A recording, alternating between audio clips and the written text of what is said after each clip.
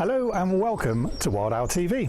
I thought it was about time I did a video diary, so let me show you some of the things that have been going on in the garden and some of the changes, in fact, because I've been working pretty hard the last few weeks to make a few changes.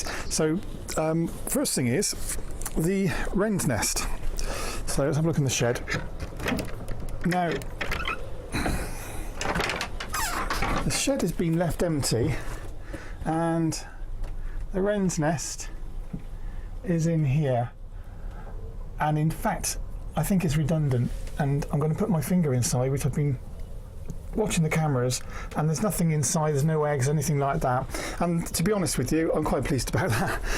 It would have been nice to have some baby wrens in the garden, but wrens actually build more than one nest, and what the male does, he builds a nest and then he tries to attract a female to one of the nests, and I can hear wrens both sides of the garden, and this male has been singing a lot by the shed, but the female, no females actually responded.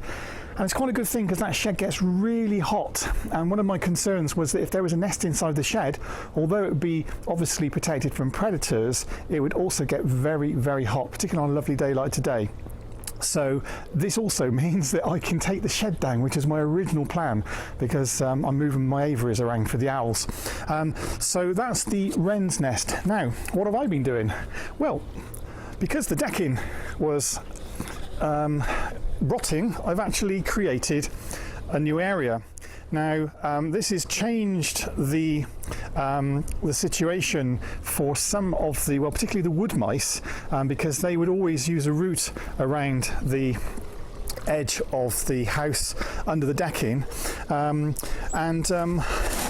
it was always a risk that the wood mice would pop up these little holes and go into the house. But what I've done, I don't know if the camera will pick it up there, but I've actually put some mesh and netting there. So, however, I have also allowed a little space in there for the mice to go under the decking and reach the corner of the garden by the shed area. But that's going to change anyway. So the mice are going to have the rest of the garden free. Now, what else is going on? Well, one of the things that is going on is the birds. Let me just, as I'm talking to you here, I'm getting mobbed because we are now at the peak of the season for nests. And although the blue tit eggs haven't hatched yet, the blackbirds have. And so these birds are absolutely going mad for the mealworms that I provide them. As always, trying to hold a camera and do other things, so I'll take some mealworms with me, and come on then. I'm sure that I can hear the robin somewhere. Oh, there's the great tit. So the great, come on then. Come on then. Hello. So that's a great tit. Now that great tit has just gone into the hedge and is preparing the food. And if we walk down the garden, I've actually got some cameras set up on its nest. Oh, there he goes. He was quicker than I was, but he was straight into the nest, and he'll come back out in a second, feeding that mealworm to the young inside the nest. There he goes. So I'm going to offer him some more food. Come on then. Come on. Where is he? Oh, he's down the other end in the usual area. Come on then. Here he comes. Hello, darling. Alright, so off he goes just to prepare the food, and we'll get ourselves over to the box once again. And any minute now he'll be turning up there he goes, to deliver the food. Now, I've just done a 30-second video of the great tits, and it's good to see them bringing in caterpillars. You know, it's very important that they have natural food, but these mealworms are very, very important. Come on then. Very, very important supplement, and it just means those young great tits in the nest really are growing at a hell of a pace, and it's just so rewarding, and it's just doing my little bit to help them. Now, as far as flowers in the garden concerned, this is one of my real important flowers. Now, to anybody else who'd think this was a weed, it's called comfrey, and it looks a bit like a weed. In fact, my partner was just saying to me, oh, I don't like that stuff, it's really messy. Yeah, it might be messy, but I'll tell you what, it's fantastic for bumblebees. And, oh, just spotted something there as well. Let me just get my eye in the viewfinder, see if we can just find it. Where's it gone? Oh, just saw a little moth. I've lost it. Oh, there it is. Bear with me. What is that? That's a beauty, isn't it? It is amazing what you find in a wildlife garden. Let's get a bit closer on that moth. Where are we? Is there somewhere? I've lost it again. Oh, there he is. Let's see if we can get the focus. There you go. What a beauty that is. Really never ceases to amaze me what you find. That's a new one for me, so hopefully somebody can put a comment on this video and tell me what that is, because I don't know. So, as mentioned about comfrey. Comfrey is come on. We're going to have regular interruptions from the great tit there. Comfrey is fantastic for bumblebees, and it's coming out in flower at the moment and will be full of bumblebees. We've got the allium as well. Allium, very pretty plant, and there's buddleia there, which will come out later in the summer, so that's good that you have different plants coming at different times. The spirea here, and then there's a mix of cotoneaster and honeysuckle. Go on then. There you go. Cotoneaster and honeysuckle, and this particular species, a variety of cotoneaster, is actually very good for bees. Just trying to find some bees for you, but is very active with bees. There you go, coming in on the flowers. So certain varieties work better than others, and of course honeysuckle will be out later on. And I started to say that what's really important is to make sure that when you have flowers in the garden, that you have flowers and plants that flower at different times of the year, so that you're providing nectar and pollen throughout the season, from the early spring right the way through to the autumn.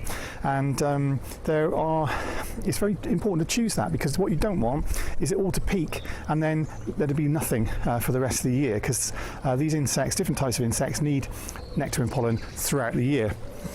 Now, I'm going to do a separate video on solitary bee habitats, which I keep promising I will do. These are my solitary bee habitats. I've put them all together because I want to try and create a little bit of a colony. And this is facing the sun, so we've got a very lucky, we've got a south-facing garden, so the sun's right up there, and these are getting very warm, and that's exactly what these insects want. They want it to be very warm. And if I just have a quick gander, see if there's any around. Still not really peaked yet. There's still lots of cells inside. These are mostly leaf cutters in this particular one. Some red mason bees, but again mostly leaf cutters. That's red mason bee there, and that looks like that bee's emerged. But by now I would have thought there'd be a lot more buzzing around, so hopefully that will be the case quite soon. Okay, let's take you around the garden. So what's happening with the ducks? Well, Ducky obviously left with her ducklings, but we've had another pair of ducks that have been coming in regularly in the garden. And me and Rich McD, Rich inspired me to do this wonderful duck house, which I've actually anchored using some plastic tube so it doesn't float around the garden. Come on then. There you go. Let's just take you around the corner here. That's what's happening at the moment with our duck house, but it's empty, nothing happening. And in fact, this last couple of days there hasn't been very much activity with these ducks, so I'm not sure now whether they're going to breed. But as I said in my previous videos, it's a bit of a relief because it's a hell of a responsibility. The pond is full of newts. Got some fantastic video of newts spawning a few weeks ago, which I'll post on another diary. And barley straws in there to try and help it clear. And of course, with my my new beach area there, it really is wonderful because I can get right on top of the pond now and study what's going on, so I'm very excited about that. That wood pigeon isn't there by accident. The reason that wood pigeon's there is because they've just decided to build a nest in the hedge. As well as we've got blackbird's nest in there and also dunnock's nest. Now, oh, by the way, blue tits up in this box here. That's a great tit there. So the blue tits are actually currently on eggs in there. I better just go and get some mealworms for the great tit because he's following me around the garden. Come on then. As is the blackbird. It really is a wonderful, wonderful time of year. I'm a very happy man at the moment. Really enjoying my wildlife garden as... Come on then. He's up on top of the roof there. There you go. Good boy. There you go. Yeah, very excited just now. And the reason was because, as you might remember, I've got 2 hibernaculums. I've got one in this area, which is here to attract slow worms and for overwintering for frogs and toads and newts, and obviously lots of invertebrates. There's a great tit popping back in there. You can hear.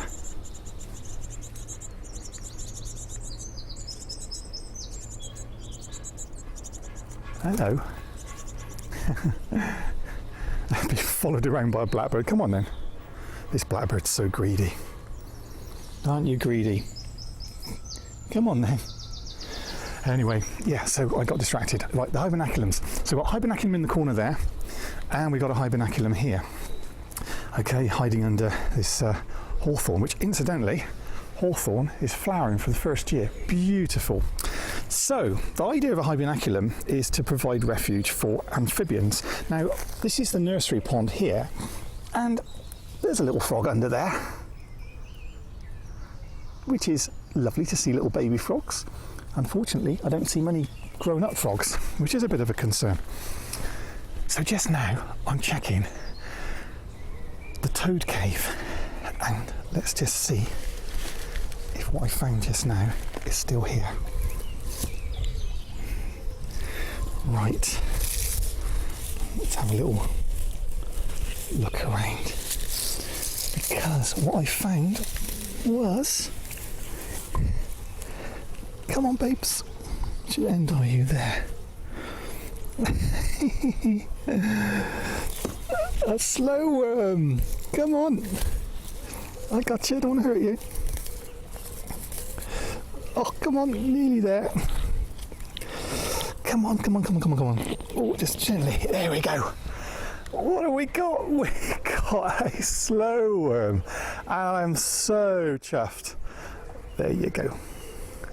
So look at that. That is British wildlife at its best. And this is a male slow worm, I'm pretty certain. It's a small silvery colour, this slow worm has moved from the hibernaculum and is now in the rockery area, which is a fantastic place for it to live.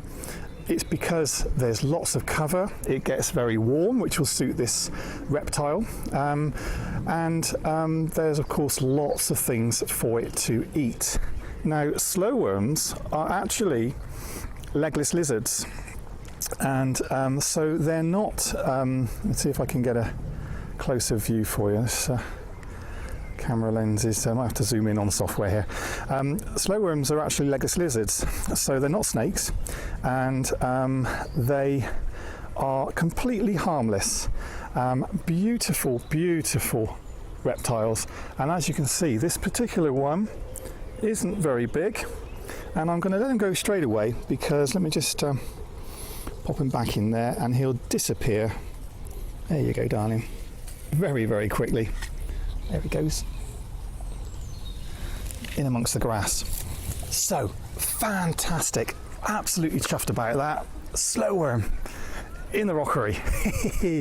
So, every time I find slow worms in the garden, I'm absolutely overjoyed because they're so important. And because of the habitat here, they can hide away amongst the wild areas, and hopefully escape the attentions of cats, which is, in a domestic situation in urban gardens, is probably its biggest threat. This is my log here, drilled solitary bee holes in the log, not been used before, and then in the compost heap. Anybody in there? No. Most nights there's a wood mouse in there. Okay, so as I say, all sorts going on. Let's have a little look on the CCTV. I've been posting regular updates. There's our great chicks in there. And if we just pop on to the blue tit box, the blue one I showed you just now, that's the blue tit inside the blue tit box, and she's on eggs at the moment. Now, still got this pond for sale, by the way, if anyone's interested. 20 quid. First person to make an offer, 20 quid can have that. It's brilliant. It's exactly the same as my nursery pond, and that's a bargain. This area is going to be planted up this year, so it's all dug over, so in terms of flowers in the garden, not so much happening, but like I say, it's a fantastic time of year, and just finding a slow worm for the first time this year is really, really wonderful, because they're benefiting from this garden. I don't use any chemicals in the garden, never ever use slug pellets or anything like that. So if they move out of the garden, I can't control what neighbours are doing. But in the wild owl garden, it's actually a very safe place. And with me chasing the cat away most days, I try and keep it as safe as possible. And now that I'm working professionally as wild owl and giving talks and visits and things like that, I've got more time here, and hopefully I can safeguard the animals that I've got here. So I think I've remembered everything. I'm bound to have forgotten some things.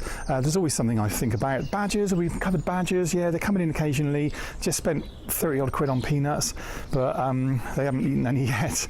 And of course the live mealworms are doing their trick.